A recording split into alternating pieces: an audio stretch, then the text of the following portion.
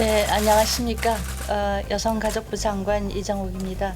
N번방으로 알려진 텔레그램 디지털 성범죄 사건으로 인해 삶을 송두리째 빼앗기고 가늠할 수 없는 상처를 입으신 피해자들에 대해 가슴속 깊은 아픔을 느낍니다. 신상공개 국민청원 동의가 며칠 만에 500만여 명을 넘어 국민적 동의가 폭발적으로 늘어나고 있다는 것은 디지털 성범죄 피해자의 고통에 대한 공감, 가해자에 대한 국민적 공분, 디지털 성범죄 근절에 대한 염원이 표출된 것이라고 생각합니다.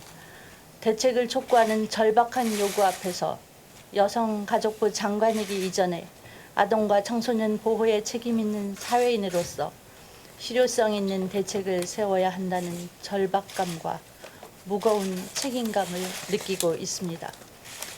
사회적 낙인에 대한 공포가 피해자에 대한 협박의 도구였다는 점을 다시 깊이 새기게 됩니다. 정부는 이번 사건에 대한 엄중한 처벌과 재발 방지를 위해 최선을 다할 것입니다. 그간 정부는 디지털 성범죄에 대해 엄정히 대처한다는 원칙을 세우고 여러 대책을 발표하고 처벌 또한 강화해 왔습니다.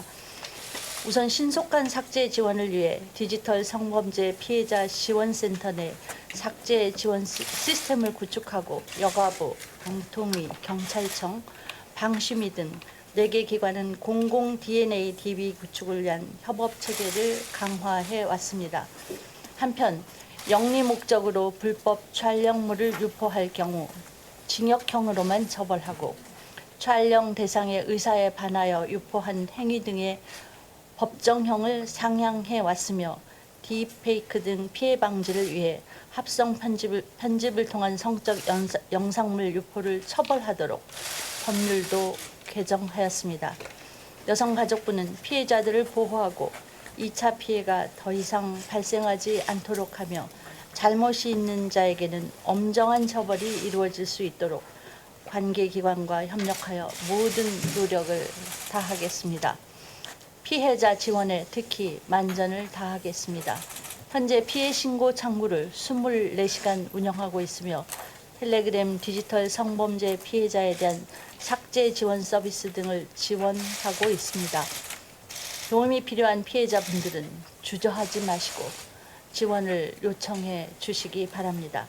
아울러 불법 성착취 촬영물 및 그 촬영물을 유포 소비하는 행위가 중대한 범죄이며 촬영물 자체가 피해자가 존재하는 범죄 영상이라는 점, 따라서 불법 촬영물은 보거나 유포해서는 안 된다는 점을 확고히 인식시켜 나갈 것입니다. 이를 위해 재발 방지를 위한 폭력 예방 교육도 한층 강화해 나갈 것입니다.